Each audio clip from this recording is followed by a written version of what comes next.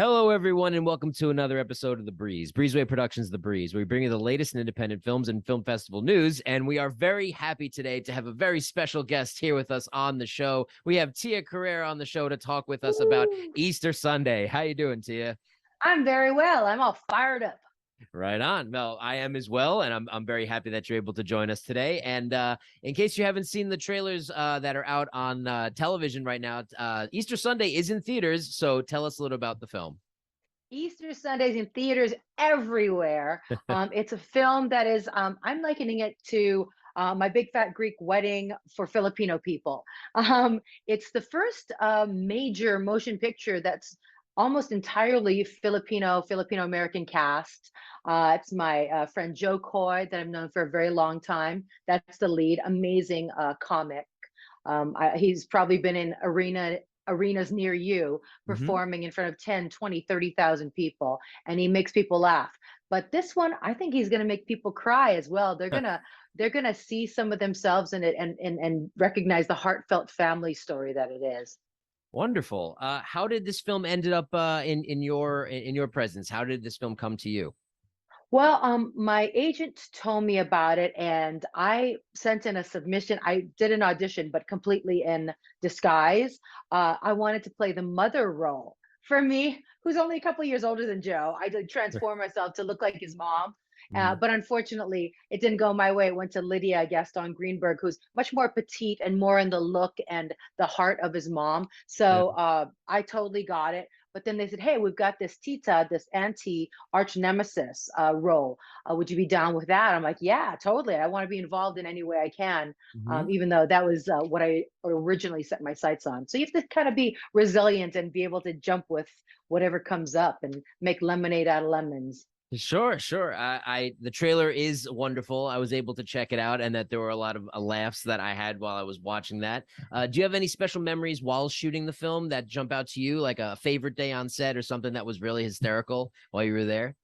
Well, the most striking thing was that this was during COVID, and Yeah. I was locked down at my home for about a year and a half prior. So then I had to fly up to Canada, Hmm. stay in a strict 2-week quarantine, couldn't step over the threshold of your apartment. So our first hello face to face with somebody, our first hug was with each other. So I think that really added to the real visceral family feeling that we had for each other because we were really, in essence, each other's family, friend, a whole world while we were up there because everything else was locked down. Do you think that a lot of Filipino families can really connect to the culture that's in this film? Is it straight from people's personal experiences that they've had on in their lives that they were able to put on the screen and into the script? Oh, 100%. I think Filipino Americans will recognize themselves in this film, their food, culture, idiosyncrasies, and celebrate that. But also, it's a very universal story for dysfunction and petty rivalries and one-upping that every family has.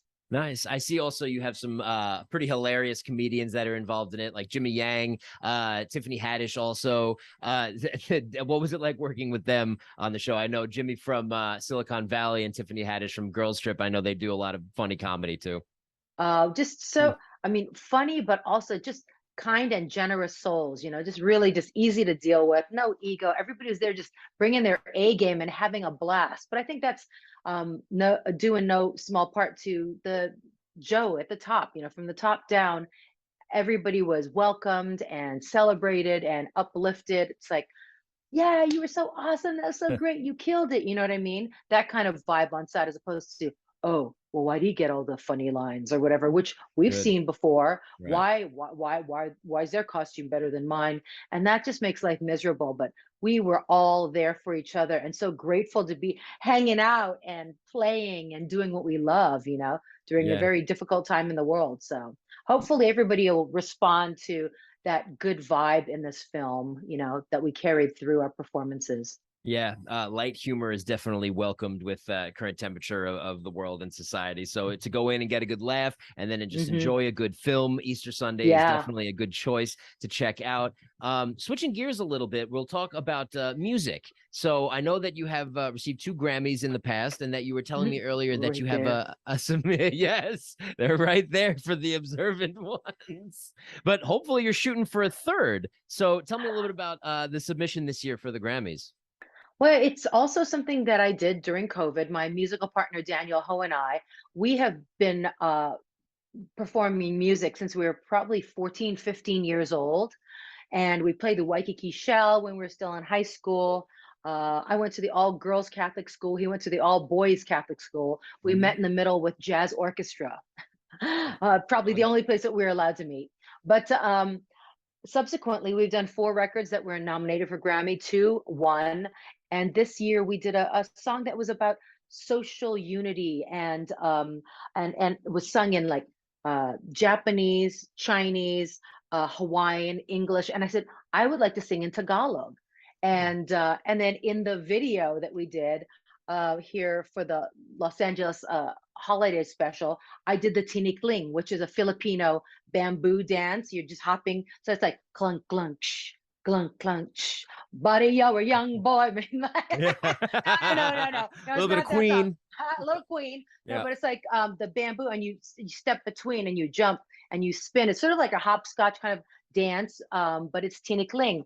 And it's kind of funny that it's all coming together in this serendipitous convergence of let's celebrate everybody's cultures. We are all more alike than we're different.